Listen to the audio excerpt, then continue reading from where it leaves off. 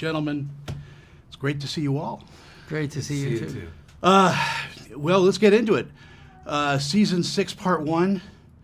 This is such a dynamite set of episodes because it sets everything in motion. It's like the cattle. We're waiting for the explosion.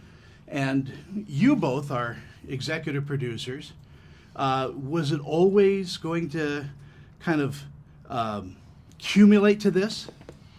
The writers, John, Josh, and Hayden, the creators of the show, always often would say they had 6 seasons in mind, and how they laid it out. Once you get into it, you don't know who your breakout characters are, your new characters, what cameos are going to build to other things. So, I mean, they would answer that question better, but because we're a little bit more on the periphery, although involved.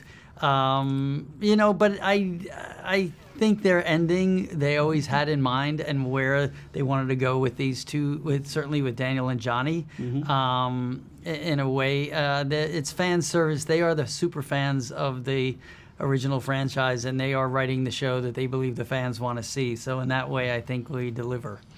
Yeah, I think that the guys saw this 6-season arc from the very beginning, and we're just grateful that we got to do it to the end and wrap the characters up on their terms, and we didn't get cut along the way. Could have ended at any place, but this is the full resolve, and I think that the audience will be really pleased with it. It's every season so far has had a hook at the end that left a knife in your chest that had called for another season. This one leaves you wanting more, but it's a fulfilling ending, and it was certainly fulfilling to play these characters to their conclusion in this story. And how does it feel to be the third musketeer in this wonderful trio? It's incredible just to be involved in the show. I mean, I never thought that I would be brought back into the mix, but it's been such an incredible ride.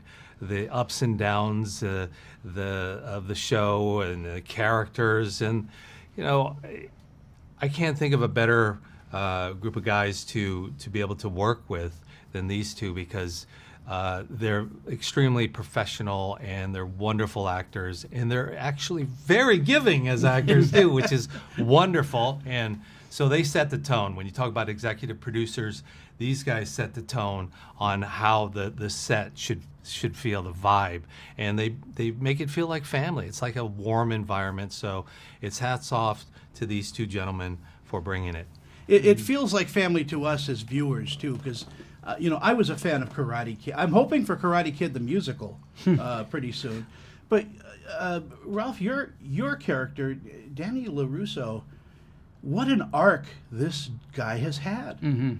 Yeah, and listen, it's this season is a really nice narrative going on when he discovers things about Miyagi that may not line up to who he thought he was, and there's a little bit of a mystery and a caper as to him trying to unearth information about his mentor that he can't ask because he's no longer there. So, the writers do a great job of keeping that fresh, organic, and evolving all the characters. But for Daniel, he's got his ups and downs, and always has from when he was a teenager, but always the heart of gold and trying to do good and carry on the legacy of his mentor and what he's learned and pass it on to the next generation. So that is really his drive, and I think that's admirable, and I think that's why fans for decades have embraced this kid that is the every guy next door.